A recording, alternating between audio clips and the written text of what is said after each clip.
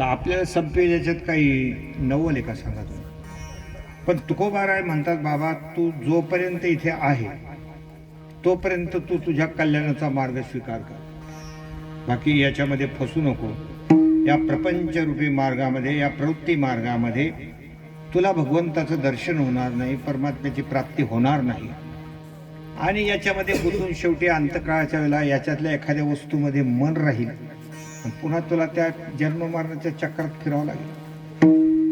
कारण हे एकदा तुला मिळालेली गोष्ट आहे, ही संधी सोडू नको. पण माणसाला इथे सुद्धा दम खात नाही. असं वाटतं किती गोळा काढून किती उभं करा, चालूच आहे. शरीर थकलं तरी माणसं चालूच राहतात त्यांचे उद्योग. हे वाढवायचं, ते वाढवायचं, ते वाढवायचं, असे चालूच राहतात. पण मरो टेकले शरीर पाया शोधून बांधिगत. शरीराचा आता काय भरोसा राहिला नाही तरी मनुष्य त्या प्रपंचाला सोडत नाही. पण तुकोबाराय म्हणतात बाबा तुम्ही सावध व्हा आणि आपल्याला जितका वेळ देता येईल तितका वेळ नामस्मरणाला द्या. भगवंताचं नामस्मरण करा, सकाळी उठा, स्नान करा, भगवंताचं पूजा करा, हरिपाठ घ्या, ज्ञानेश्वरी ग्रंथ वाचन करा, गाथा वाचन करा.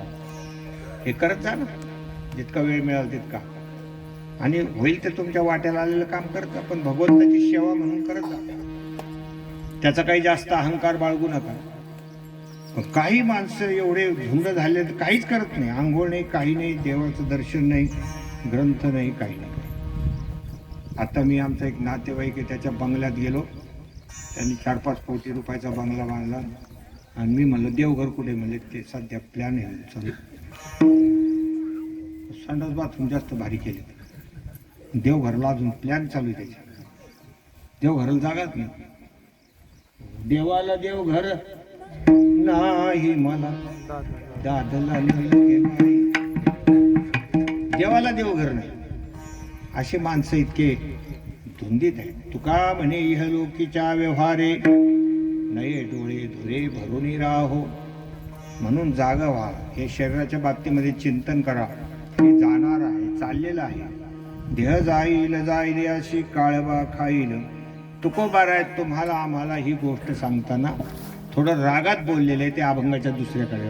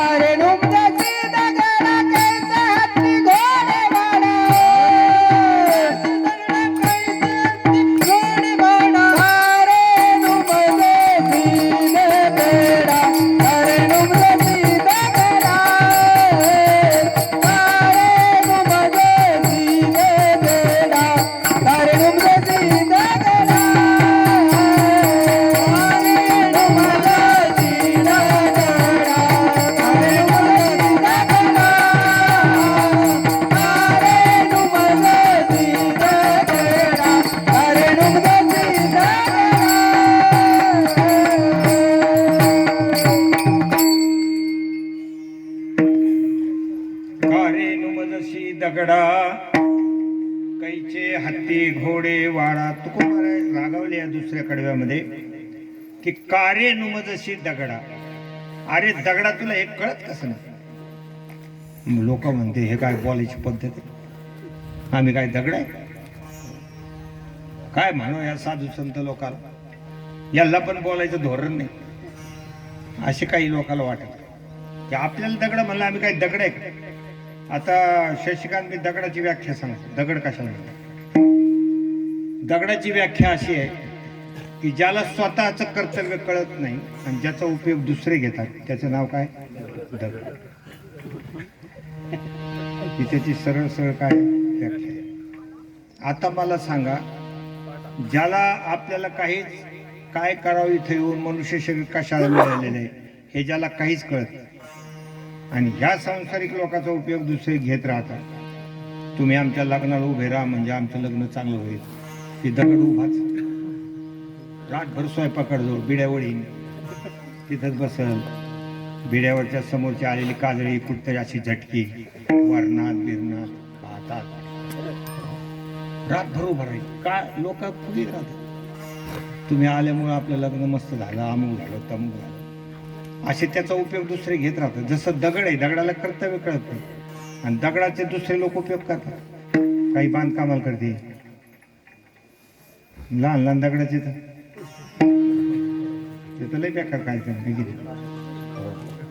तसं हे जे आहे आपल्याला तुकोबाराने आपल्याला दगड म्हणलं याच्यात काय वाव आहे कसं.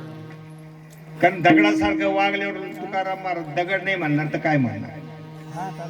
कधी कधी शिव्या दिलेल्या साधू संतांनी किती सांगू तरी नाही कधी बघते नाही कधी बघते ती सांगू तरी नाही किती बघते. सिंदडीचे रडतील पुढे सिंदडीचे रडतील पुढे सिंदडीचे रडतील. काय सांगू म्हणले नाही कधी भटकीचे पुढे शिंदळीचे रडतील. साधू संतांनी शिव्या दिलेल्या आहे. तुम्हाला आम्हाला दगड म्हटलेलं आहे व नाहीत जरी मातेच्या पोटी दगड आला पोटा ना हातात उघडी डोळे जरी अद्याप न कळे तरी मातेच्या खोळे दगड आला पोटाशी. साधू संतांनी शिव्या दिल्या ही गोष्ट खरं तर आपल्याला खेटर नाही. आपण एवढे चुकून बसलेले की त्यांनी हाणलं नाही एवढंच त्यांचं काहीतरी उपकार सांगतो. आता तुम्हाला कळण्याकरता एक गोष्ट सांगतो. काय झालं एक साहेब होते त्यांचं एक मुंबईला कोर्टाचं काम आणि रात्रीच्या रेल्वेमध्ये जाऊन ते कोर्टामध्ये बरोबर 10 वाजता कागदपत्र हजर करायचे. एका माणसाला त्यांनी सांगितलं कामावर जो मुनीम होता त्याला सांगितलं एवढे कागदपत्र माझे कोर्टामध्ये वकिलाला नेऊन द्यायचे. आता रात्रीची रेल्वे होती रात्रीची 11-12 ती रेल्वे होती. मग त्या माणसाने ते कागदपत्र त्याच्याजवळ दिल्यानंतर स्वतःच्या 4 व्हीलर गाडीनं 1 घंटा अगोदर कुठं नेलं रेल्वे स्टेशनला नेलं. त्या मालकानं पुन्हा नेल्यानंतर सांगितलं बाबा 1 घंट्यात रेल्वे येणार आहे झोपू नका सावध राहा जागा राहा. तो म्हणला तुम्ही आता काही फिकर करा तुम्ही जा. त्याला विश्वास आला नाही तरी तिथं जो फिरणारा मनुष्य ना त्याला 50 रुपये म्हणजे बाबा याचे बरोबर टायमावर रेल्वे याला अर्ध्या घंट्यानं जर झोपलेला दिसला तो उठव ठीक आहे. त्याप्रमाणे त्या माणसाला पैसे दिले. तो अर्ध्या घंट्याने आला तोवर ते हे त्या टेबलवर झोपलेलं होतं. ते टेबलवर झोपलं हे उठ म्हणे तुला जागा होण्यासाठी मला मालकाने 50 रुपये दिलेले आता झोपू नको फक्त रेल्वे यायला अर्धा घंटाच वेळ बसून राहा. म्हणजे अरे फिकर करू नका जा तुम्ही आता. पुन्हा त्याने म्हणले अरे अजून अर्धा घंटा आहे पडू 2 मिनिट. त्याची टेबलाची दोस्तीच जसं त्याने अंग टाकलं तशी लागली झोप आणि रेल्वे गेली निघून. रेल्वे निघून गेली मग 15-20 मिनिटांनी अर्ध्या घंट्याने त्यांचा आवाज आणि मग काय म्हणायला लागलं अरे रेल्वे हुकली रेल्वे हुकली का हे हुकली सांगा. लोक अशी उलटे कम बोलतात मला कळत नाही. तो काय म्हणला गाडी हुकली. अरे गाडी नाही हुकली अरे हुकेल चंब्या तू हुकलेला आहे. हो तू हुकलेला आहे गाडी कुठं हुकली खरं सांग कोण हुकलं. ते हुकलं नाही. आता हे हुकेल घरी आले गाडी गेली. घरी आल्यावर आता शशिकांत मी तुला विचारतो की मालकानं त्याला शिव्या द्यायला पाहिजे का त्याच्या कंबरड्यात लाता घालायला पाहिजे. हेच मला म्हणायचं. आपण ज्या चुका करतो ना साधू संतांनी आपल्याला दगड म्हणलंय हे ते कमी येत असत तसं तर आपल्या कबर्डात लाता घालायला पाहिजे. विठ्ठल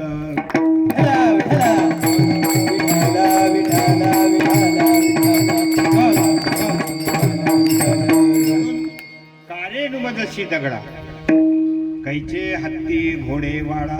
बाबा तू ज्या मस्तीमध्ये आहे राजाचा दृष्टांत समजा राजाकडे असते हत्ती घोडे वाडा वगैरे. म्हणजे याचा अर्थ राजाला मोठ्याला उपदेश केला, बाकीच्याला आलं ना. राजाचं वैभव असतं, राजाकडे असतात हत्ती घोडे, म्हणजे सैन्य असतं. ते किती हत्ती आहेत बुवा, किती मोठे मोठे तजेलदार घोडे आहेत, इतके घोडे. तसे त्या महाभारताच्या युद्धामध्ये वर्णन आहे ना, ते किती लाखाने घोडे होते, किती हत्ती होते, असं वर्णन आहे ते. मग बाबा राजा, तू जरी स्वतःला मोठा म्हणत असला तरी तू दगडच आहे. कारण हे हत्ती घोडे वाळा याच्या भरोश्यावर राहू नको. कारण एकदा तुझे डोळे झाकले ना, हे सगळं संपून जातं.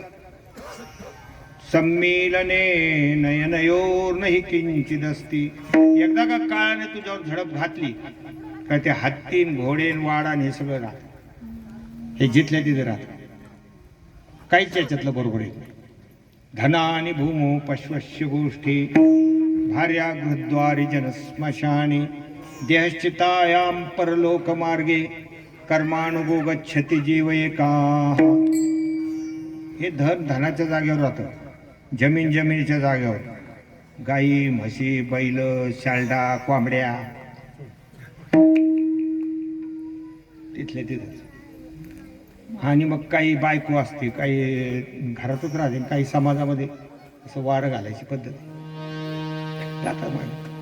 पण तो बी असा एवढा एवढा बोट पत्र्याचा तुकडा राहतो एवढा, असा झटका आहे असं. आता आमच्या स्वप्नात सुद्धा यायचं नाही, चल निघ सुट्टी, असा झटका आहे. अशी एक स्थिती आहे माणसाची. हे काही याच्यातलं राहत नाही, सगळं डोळे झाकले की सगळंच संपून जातं. कोणाच्या बरोबर वाडा गेला आणि कोणाच्या बरोबर धन गेले सांगा तुम्ही, कोणीच नाही. शेवटी अंगावरचे जे वस्त्र आहेत ते सुद्धा सगळे काढून टाकतात. एखादा दागिना बिगिना जर राहिला कानात म्हणा, अगोदर लोक भीक बाळ्या अमुक धमुक घालायचे, तर त्या महिला रडून रडून काढतात. भिकबाळीला शोभून दिसत होती ना, समजून घ्यायचं राहिली घ्या काढून. म्हणजे असे रडून रडून त्याच्या अंगावरचे दागिने. भूषण घेती काढोनिया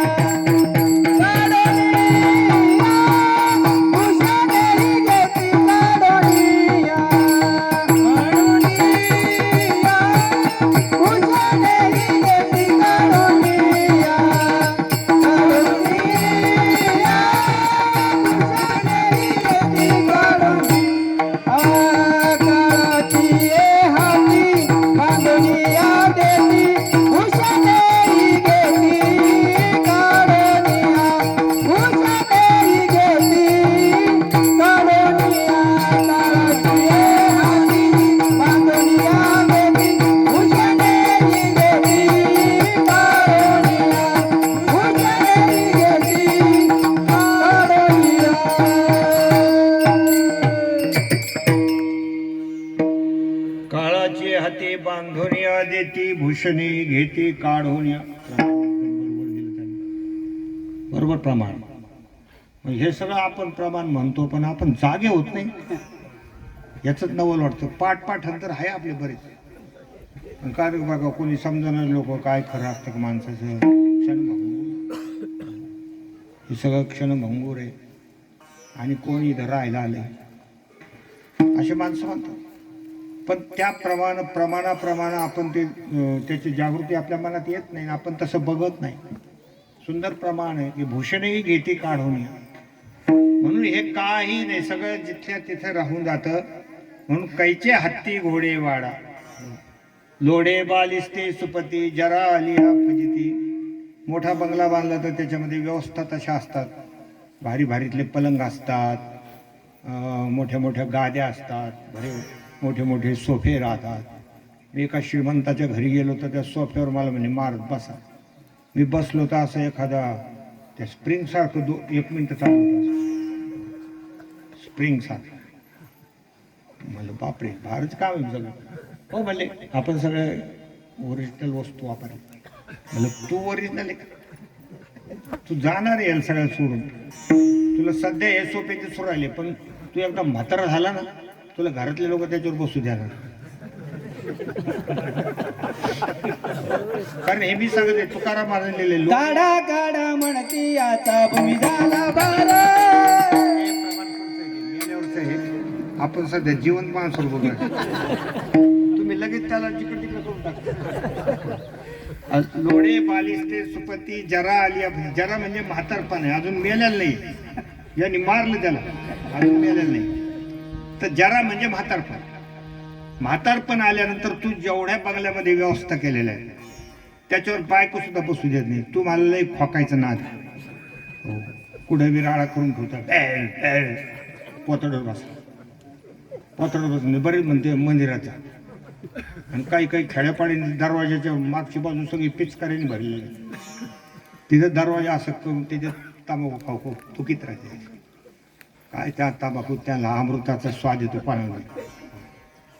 पण भलते त्याच्यात लोक रंगलेले राहतात, चोळीत राहते, खात राहते, थुकत राहते, कचा.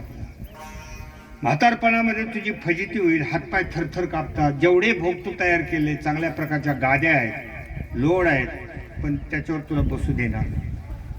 तू किती खर्च कर, पण तुला म्हातारपणामध्ये त्याच्यावर तुझी सुनबाई बसू देणार. तुमची व्यवस्था आता इथे राहिलेली नाही. म्हणले मॅच खर्च केला असं पण आता तुम्ही तिथं बसायचं, तुम्ही खाली या. कारण तुम्हाला आता कशाची सुध राहील. आणि जरा भजे कमी खायचं.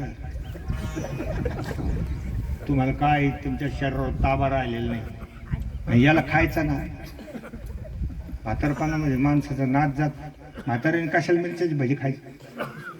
काही गरज आहे का? त्याच्याने पोटात गडबड होतो. हातपाय थरथर कापू राहिले, मिरच्याचे भजे पोटात गडबड करतात. आणि तुम्हाला कशाला त्या ताक्यावर बसवते? गाजव कोण बसवणार तुला? फजिती होते ना. जरा आली फजिती. अंगम गलितम फलितम मुंडम दशनविहितम जातम तुंडम वृद्धो याति कृत्वा दंडम तदतिम तदपिन मुंचत्याशा पिंडम भज गोविंदम भज गोविंदम गोविंदम भज गोविंदम. म्हातारपण आल्यानंतर तुला याच्यातला एकही भोग भोगता येणार नाही.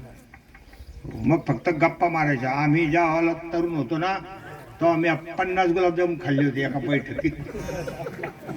आता खाऊन दाखवून मग कळलं. जेव्हा आम्ही तरुण होतो तेव्हा 1.25 क्विंटलचं पोत असं जमिनीवर एकट्याने उचललं होतं. आता तू फक्त 5 किलोच उचलून दाखव. आणि तुझ्या दम राहिलेला नाही. तेव्हा तू आता जवानीच्या गोष्टी करतो ना, त्या सगळ्या गोष्टी तुझ्या संपलेल्या आहेत. आता तुला साधी बिडी लावता येत नाही लवकर. त्याच्यात बी किती बाऱ्या काळी जाते गेली. त्याचाच कार्यक्रम तुझा किती वेळ चालतो. कसं काय लागण आणि कसं काय लागण ते असा झालं. ते उगीच आणि बिडी बी तोंडातून पडते. केव्हा काय होतं, काळी जवळ येते, बिडी तोंडातून पडते. असे म्हातारपणाचे कठीण कारस्थान असते. ते पाहायला मग माणसाला लक्षात येतं की त्या थरथर थरथर शरीर कापतं. चहा पिता येत नाही. कपशीमध्ये असं लटलट होतं. हो, त्याला चहा प्यावा वाटतो, पण त्यात माणसाला जे भोग भोगलेले ते माणसाला तसे करा वाटतं, पण करता येत नाही. कारण जरा आली या फजिती, मग तू जागा हो ना.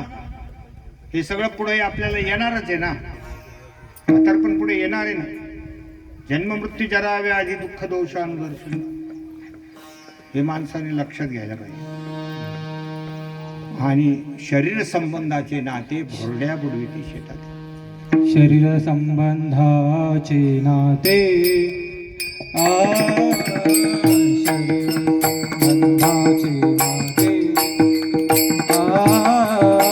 शरीर संबंधाचे नाते शरीर संबंधाचे नाते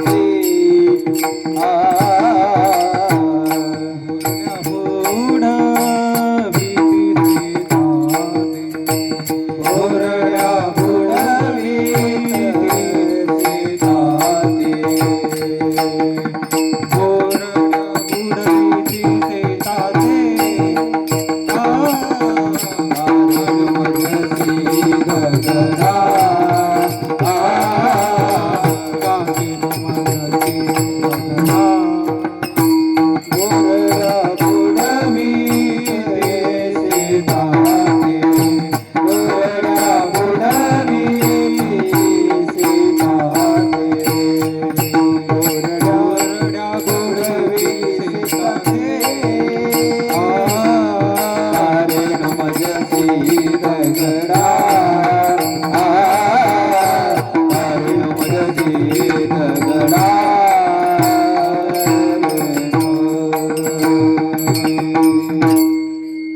छान चाल आहे ती याची चाल आहे.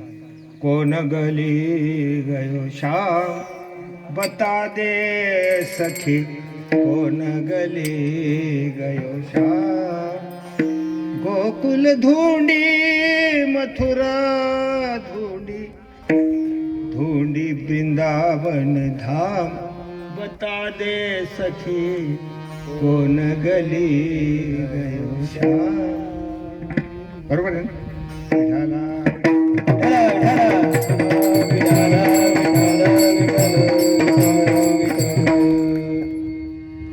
शरीर संबंधाचे नाते भोरड्या बुडविती शेताते. जेवढे आपले नाते होते, भाऊ असो, बहीण असो, आई आहे, बाप आहे, जावई आहे, नाता जावई तर 10वा ग्रहच असतो. जामा तो दशमग्रह कन्या राशी स्थितो नित्यम. कन्या राशीवर आलेलं हे 10वा ग्रह आहे. 9 ग्रह वेगळे, शनी बुध मंगळ वगैरे, आणि हा 10वा ग्रह. पण मी पण कोणाला तरी जावे असेल म्हणजे जास्त बोलत नाही. पण जामा तो दशमग्रह, त्याला किती दिलं तरी कमीत. माझ्या बापाने आंब्याचे टोपलं पाठविलंय. अरे आंबे दिले असतील, मग काय आंब्याचं झाड दिलं काय? ते बापाला ती पोरगी म्हणते, ते जावई अशी म्हणतो ते तुमचे, मग ते झाड त्यांच्या नावानं म्हणे. मा बाप म्हणला तेवढं झाड तुम्हाला राहून. अरे एक झाड दिलं पण आंबराई दिली का? आंबराई तुमच्या नावानं. मग आंबराई दिली, मग ते नंबर दिला का? ज्या नंबरात येते असे जावई. जामा तो दशमग्रह म्हटलेले सगळे शरीर संबंधाचे जे नाते आहेत. तुकोबारायने सांगितलं भोरड्या बुडविती शेतात. उभं पीक ज्यावेळेला असतं, ज्वारीचं, बाजरीचं, गव्हाचं, इकडे ज्वारी वगैरे असं होत असं ना. उभ्या पिकामध्ये पक्ष्याच्या टोळ्या येतात, ते सगळे वर पडून घेते, खाऊन घेते. त्याला भोरड्या नावाची जात आहे. भोरड्या कॉमन नाव आहे ते भोरड्या. जर त्याला राखण कोणी नसलं, राखण नसलं की ते तुम्हाला दाना सुद्धा हाताला येऊ देणार, असे पार सोपटे करून देते. म्हणून लोक अगोदर माळं करायचे, त्याच्यावर गोफणी घेऊन उभा राहायचे पहाट पहाट माळ, मग ते पक्षी उडून जायचे. तसं भोरड्या हे पक्षी जसे त्या शेताच्या मालाला मोकळं करून टाकलं, म्हणजे त्याच्यात काहीच ठेवते, तसे हे आपले जे नाते गोते हे सगळे आपल्याकडं काही असलं तर ते नाते लावतात. जर एखादं भिकार चोट असलं त्याला कोणी विचारते? कोणी विचारते? इथपर्यंत स्थिती असते. तो काय आहे तसं काय एवढं हे नाही जाणे आहे आपल्या. पण त्याच्या खातात गर्भ श्रीमंत माणूस झालं ते काय? ते आपले, ते आमचे आपले पाहुणे. हमेशा त्यांच्याकडे आपलं जाणं येणं राहतं. ते मला ओळखीत हमेशा आमचं चहा पाणी चालूच राहतं. पण असं जवळ काही नसलं कोणी विचारतं. मग बाकी असे सगळे कसे लालूच. सुर नर मुनी सबके यही स्वार्थ लागी करई सब प्रीती. आई वडिलांवर सुद्धा स्वार्थमूलक प्रेम करणारी ही सगळी जात आहे, मानवाची जात. संसाराचा असा हा खेळ आहे. म्हणून माणसानं जागा व्हायला पाहिजे. जन्म तेरो बातो ही बीत गयो रे, तूने कबहू न कृष्ण कहो. दुनिया है मतलब का नाता, झूठो ठाठ ठयो. कहत कबीरा सुन भाई साधो, तू क्यों भूली रहो रे, तूने कबहू न कृष्ण कहो. सगळे मतलबाचे सगळे असतात जवळ येणारे, बाकी मतलब नसलं तर कोणी कोणाला विचारित नाही. अहिल्याबाई होळकरनी एकदा जिलेबीची पंगत दिली होती, चांगल्या तुपातली जिलेबी होती. तर जेवणारे भलते जेवले. काही काही जणांच्या एवढ्या ढेऱ्या मोठ्या मोठ्या होत्या, मागून तर त्यांना पत्रावळीची जिलेबी दिसायला तयार नाही. असं असं हाताने चापसून घे. पण ते असं एवढं मोठं लेपकोड झालं, पत्रावळीला काय कोण दिसते असं. फक्त ढेरीचा एकच फायदा आहे, की कुठं धडक लागली तर नाक नाही फुटत. आपलं एक एअरबॅग सारखं. विठाला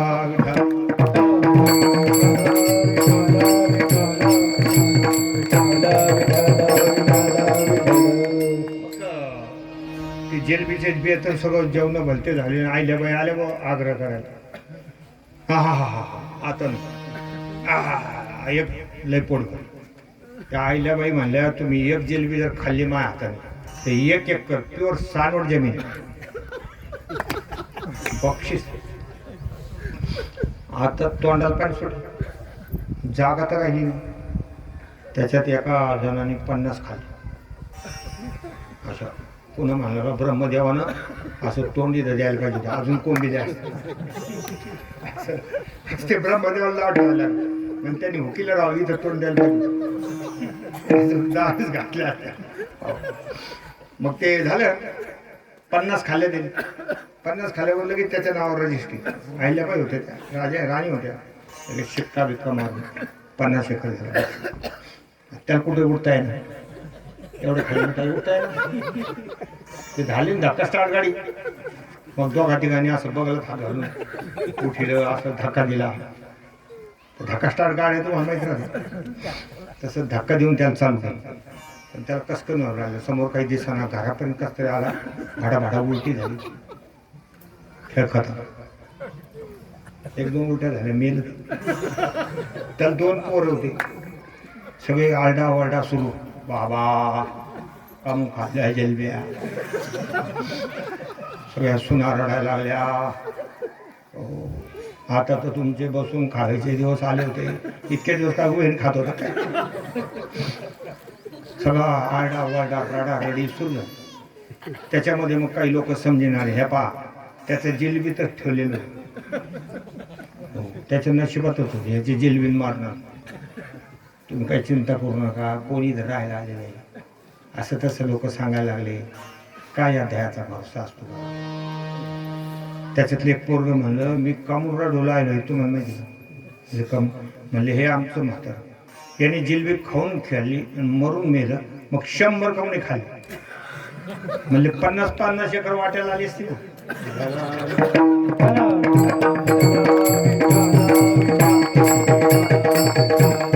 हा संबंध आहे भोरड्यासारखा संबंध, सगळा नात्या गोत्याचा असा स्वार्थ संबंध आहे. म्हणून शरीर संबंधाचे नाते भोरड्या बुडवीती शेताते. पण तुकोबाराय म्हणतात बाबा अजून तुझं काही मरण जवळ आलेलं नाहीये, तो आता तरी जागा होऊन जा, नाही तर तुला पुढे असा दगा होणार आहे. मृत्यूनंतर तुला खूप जन्माला जावं लागेल. ही गोष्ट शेवटच्या कडे अजून तरी होई दादा, अजून तरी होई दादा,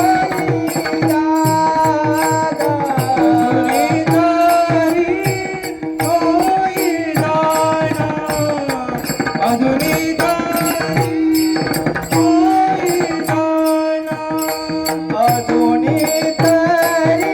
होई दादा, अजून तरी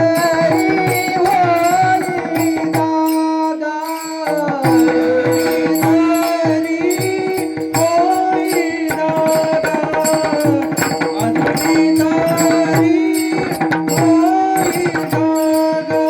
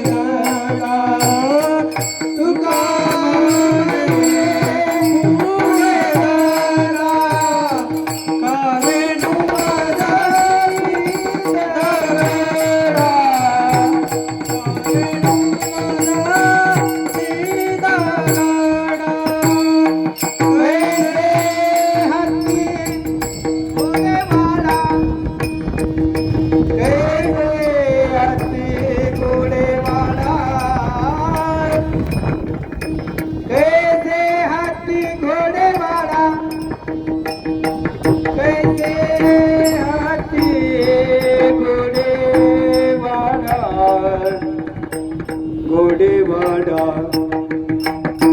घोडेवाडा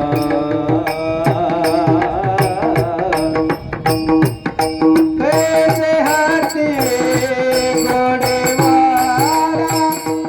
कैसे हाथी घोडेवाडा जो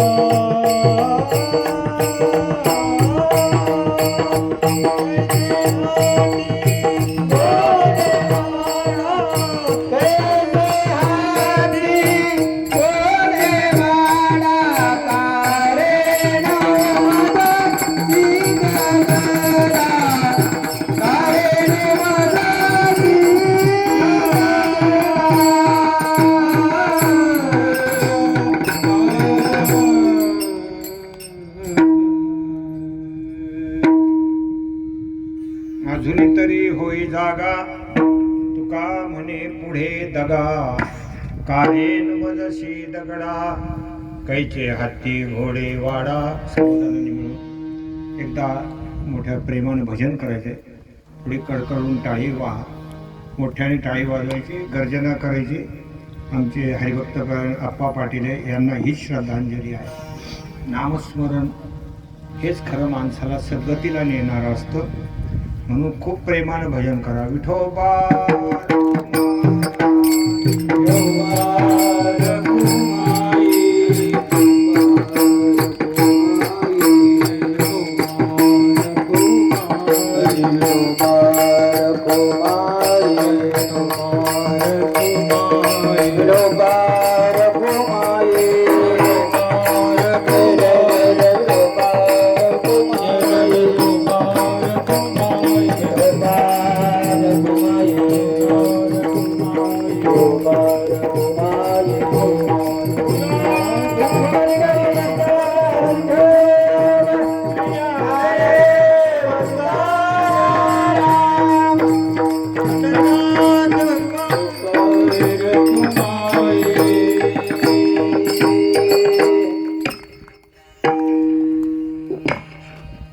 अजूनही तरी होई जागा तुका म्हणे पुढे दगा. आपला तसा वेळ संपलेला आहे, कारण आपण 10 ते 12 नियोजित केला वेळ होता. ते 10:30ला सुरू झालं. आता 12:30 वाजत आलेले आणि पुढे आता जेवण खाणं वगैरे होती. म्हणून 5 मिनिटामध्ये सगळंच होणार आहे. आता हा सेवा समाप्त करू. तुकोबाराय म्हणतात अजूनही तरी होई जागा. अजूनही शब्द का वापरला? कारण आता कोणाचं 5 वर्ष वय आहे, कोणाचं 50 वर्ष आहे, कोणाचं 60 वर्ष वय आहे. अजून काळ थोडा लांब आहे, तोपर्यंत जागा होता. कारण काळाची ही उडी पडण्याच्या अगोदर जागा होता. कीर्तन भजन ऐकायचं सोडून द्यायचं, ऐकायचं सोडून द्यायचं असं उद्योग करू. तर मी आतापर्यंत 100 महाराजाचे ऐकले ना. काय घेतलं त्याच्यात? ते आमच्या गावात एक माणूस होता, सगळ्या सप्त्याला फिरायचा. गावात आलं तर म्हणतो काय तिथं बुंदी झाली, काय तिथं वांग्याची भाजी झाली, काय त्या फोडणीचं वरण. अरे महाराज आले होते. हा ते तर आलेच होते. त्यांनी कोणता म्हणत हे आपलं तुकाराम महाराज. काही कशाचं काही नाही, त्याच्यातून काही घेतलं नाही. फक्त बुंदी, मसाले भात. हे ऐकून काय होतं? एका कीर्तनामध्ये माणसाला स्वतःचा उद्धार घ्यायचा करण्याची शक्ती भगवंताने दिली. त्याच्यातलं एकदा घेतलं आपण, जीवन परिवर्तन करून घेतलं तर झालं का? म्हणून आता वेळ आलेली, आता काळ अजून थोडा लांब आहे, तोपर्यंत जागा होणार. नाहीतर मग पुढे जागा फटकावणार. तुका म्हणे पुढे धाव. तुम्हाला जर सांगितलं की अमुक अमुक ठिकाणी बिबट्या बसलेल्या आहेत, तर तुम्ही त्या वाटेने जाता. जर कोणी सांगितलं तू तिकडे चालला पण तिथे बिबट्या आहे, बापू तिथं काय होणार, पुढे जर गेला तर दगा होणार, कारण तो बिबट्या आहे, तो काही कुत्र नाही, तिथून फाडून टाकेन, उभं फाडून टाकेन, म्हणून तसा दगा होणार. आता हे बघा, हे स्पीकरवाले यांनी वायर ठेवलेले, एखाद्या याच्यातले उघडे वायर करून ठेवले, असे उघडे करून ठेवले. जर कोण म्हणलं त्याला जरा धरतो काय, त्या उघड्या वायर धरतो, तर जर धरलं तर मग तुला कळ, कारण आता जगामध्ये कोणती वस्तू प्युअर राहिलेली नाही. ज्वारी, बाजरी, गोपन हे अजून प्युअर माल, त्याच्यात भेसळ नाही बा. तुम्हाला जर गंमत पाहिजे उघड्या वायर धरून पहा किती प्युअर माल आहे, तुम्हाला लगेच कळत. त्याला हात लावला की तुम्हाला दगा होणार. तसं तुम्ही जर ह्या भगवंताचं नामस्मरण केलं नाही, जर तुम्ही संसारामध्ये रंगून गेले, तर तुका म्हणे पुढे दगा. तो यमधर्म आहे, तो तुम्हाला इतकं ठोकून काढेल की मारिती, झोडीती, तोडीती निष्ठुर. यमाचे किंकर नाही त्या यमाशी करुणा. बाहेर काढिता पुढी प्राणा. ओढा सापडे जैसे धन्या चोर यातना घरी येतो. जोपर्यंत ती वेळ आपल्यावर येत नाही तोपर्यंत साधून घ्या, असा या अभंगाचा भाव सांगितलेला आहे. आमचे काळे कुटुंब असलेले सगळी प्रेमी मंडळी आणि या ठिकाणी येण्याचा योग आला. तसं तर थोडं वाटत होतं की मुलाला पाठवतो, आमचा मुलगाही कीर्तन करतो ना, असं वाटलं होतं मुलाला पाठवतो, पण यांचा सगळ्यांचा भाव दिसला नाही. म्हणजे महाराज तुम्हीच या, काही हरकत नाही, येतो. आणि सर्वांनी शांततेने हे सगळं ऐकलं.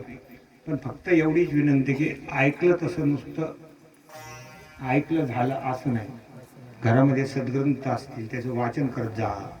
ज्ञानेश्वरी आहे, गाथा आहे, भजनी मालिका आहे, हे सगळं वाचन करायचं रोज. जितकं होईल तितकं नामस्मरण करत राहायचं. जितका वेळ मिळेल, वायफळ गप्पा मारण्यापेक्षा कुठल्या गप्पा मारायच्या. तुम्हाला काय वाटतं कोण निवडून येईल, तुला काय घेणं देणं, याच्यात काय घेणं देणं आहे. उगाच घेणं देणं, कंदी लावून येणं, येड्याच्या खिशाला 3-3 पिणं, एक गरज नाही त्या गोष्टीत कशाला वेळ घालायचा. आपल्याला ज्याच्यात कल्याणाचा मार्ग आहे तो आपण प्रत्येकाने आपला उद्धार स्वतःच करायचा. उद्धरेत आत्मनात्मान आत्मानमोसादेत आत्मैव ह्यात्मनो बंधुर आत्मैव आत्मना. आपला उद्धार आपला करून घ्यायचा, आपणच जागं व्हायचं आणि जेवढा वेळ आपल्याला भगवंताच्या कार्यासाठी देता येईल तेवढा द्यायचा.